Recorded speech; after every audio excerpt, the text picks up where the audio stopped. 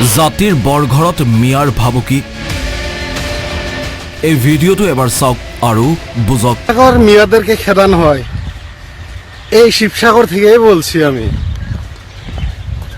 যে ভাই যারা মিয়াদেরকে উপরে অত্যাচার করো এই দুনিয়াটা তোমরা সৃষ্টি করো নেই, এই দুনিয়া তোমাদের ছেড়ে যেতে হবে। বুঝেছো? বাংলা ভাষা বুঝো কি? উজনি অসমত চলা মিয়া বিৰোধী অভিযান স্তব্ধ কৰিবলৈ ৰংঘৰৰ বাকৰিৰ পৰা হুংকাৰ এটা পমুৱা মুছলমানৰ। নাম ৰফিকুল ইছলাম। ৰফিকুলৰ ভিডিঅ' সামাজিক মাধ্যমত ভাইৰেল হোৱাৰ পাছতে সৰ্বত্ৰ এতিয়া প্ৰতিক্ৰিয়া। বিভিন্ন দল সংগঠনৰ স্পষ্ট মত, য'তেই পোৱা হ'ব ততেই আঁঠু কঢ়াই পিটা হ'ব ৰফিকুলক। যে এই ৰফিকুল ইছলামক য'তেই দেখা পাব কাণত ধৰাই আঁঠু কঢ়াই থোৱা হ'ব আৰু তাৰ পিছতে পুলিচক খবৰ দিব। হয়, প্ৰথমে বাংলা ভাষা, তাৰ পাছত ভঙা ভঙা অসমীয়াৰে মিয়াৰ সকিয়নি। তোমালোকৰ ৰংঘৰত থাকি কৈছো, সোনকালে মিয়া বিদ্বেষ বন্ধ কৰা। শেহতীয়াকৈ উজনিত আৰম্ভ হৈছিল মিয়া বিৰোধী অভিযান। বিভিন্ন স্থানত বেনাৰ পোষ্টাৰ লগোৱাৰ সমান্তৰালকৈ ঠায়ে ঠায়ে কৰ্মৰত মিয়াক শীঘ্ৰেই উজনি অসম ত্যাগ কৰিবলৈ দিয়া হৈছিল ডেডলাইন। এনে মিয়া বিদ্বেষ চলি থকাৰ সময়তেই জলাজুইত ঘি ঢালিলে ৰফিকুলে। ৰফিকুলৰ ভিডিঅ'ৰ পাছতে প্ৰতিক্ৰিয়া প্ৰকাশ শিৱসাগৰ বিধায়ক অখিল গগৈৰ।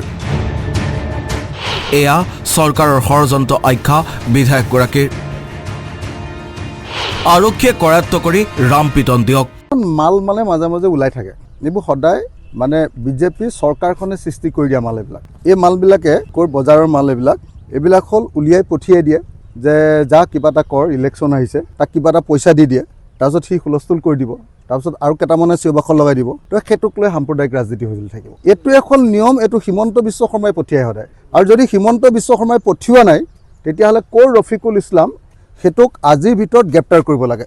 গতিকে মই অতি স্পষ্ট ভাষাৰে কৈছোঁ, শিৱসাগৰৰ বিধায়ক হিচাপে কৈছোঁ, ৰংঘৰত আহি কোনোবাই অসমীয়া জাতিক সামান্যতমো আঙুলি তোৱাব, সেই আঙুলি কেতিয়াও আমি জীয়াই থাকিবলৈ নিদিওঁ।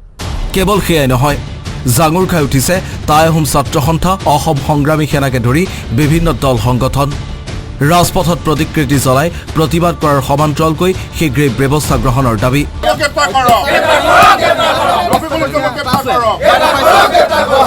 ঘৰে ঘৰে গৈ খেদা হ'ব মিয়া। মিয়াই অসমৰ জীয়ৰী বোৱাৰীক মুকলিকৈ ধৰ্ষণ কৰিম বুলি ভাবুকি দিব। অসমৰ বৰঘৰৰ ৰংঘৰত সোমাই অসমীয়াক চিলেঞ্জ দিব। তাৰপিছত আমি কি মিয়াক চুমা খাম নেকি? আমি মিয়াক চুমা খাম নেকি? স্পষ্ট কথা, মিয়াক পিতা হ'বই, মিয়াক পিতা হ'বই। আমি দেশৰ কাৰণে মাৰিবলৈ আৰু মৰিবলৈ কোনো কাৰণতে ভয় নকৰোঁ। এইখন অসম হৈছে কেৱল মাত্ৰ অসমীয়াৰ।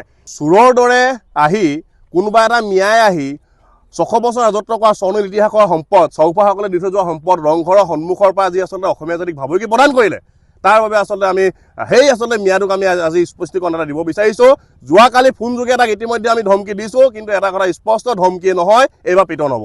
এইবাৰ ধমকি বা ফোনৰ হুংকাৰ নহ'ব, এইবাৰ পিটন হ'ব। আৰু এটা কথা স্পষ্ট, এই ৰফিকুল নামৰ মিয়াটো যদি কিবা কাৰণতে উজনি বা শিৱসাগৰত দেখা পাওঁ, ৰংঘৰৰ মুখত তাক 24 ঘণ্টা আঁঠু কঢ়াই থোৱা হ'ব। ইফালে পৰিস্থিতি গৰম দেখি নৰম হ'ল ৰফিকুল। ভিডিঅ' যোগে ক্ষমা প্ৰাৰ্থনা। গতিকে মই অনুৰোধ জনাওঁ, আপোনালোকে মোক ভুল নুবুজিব। মই হাত জোৰ কৰি কৈছোঁ, আপোনালোকে মোক ভুল নুবুজিব। মই এতিয়াও সম্প্ৰীতিৰ বাৰ্তা দিব খুজিছোঁ যে আমি অসমীয়াসকলে মিলিজুলি থাকিব লাগে। গতিকে মই কাকো প্ৰত্যাহ্বান জনা নাই, আৰু এইটো মই কেতিয়াও জনাব নোৱাৰোঁ। সাম্প্ৰদায়িক মই কথা হোৱা নাই, মই সম্প্ৰীতিৰ বতৰাহে দিব খুজিছিলোঁ, আহ্বান জনাইছিলোঁ, সেইটো ভিডিঅ'ই বনাইছিলোঁ মই। এতিয়া অসমবাসীক আপুনি কি ক'ব? অসমবাসীৰ ওচৰত মই ক্ষমা প্ৰাৰ্থনা কৰিছোঁ। যদি কোনোবাই মনত দুখ পাইছে মোৰ ভিডিঅ'টোৰ কাৰণে, মই তেওঁলোকৰ ওচৰত মই ক্ষমা প্ৰাৰ্থনা কৰিছোঁ যে আপোনালোকে মোক ভুল নুবুজিব। কিন্তু এটা কথা নিশ্চিত যে এই সংঘাতে পুনৰ উমি উমি জ্বলা জুইকুৰা পুনৰ জ্বলালে দপদপকৈ। বৰঘৰত প্ৰৱেশ কৰি এনে ভাবুকি মুঠেও সহ্য নকৰে জাতীয় দল সংগঠনে।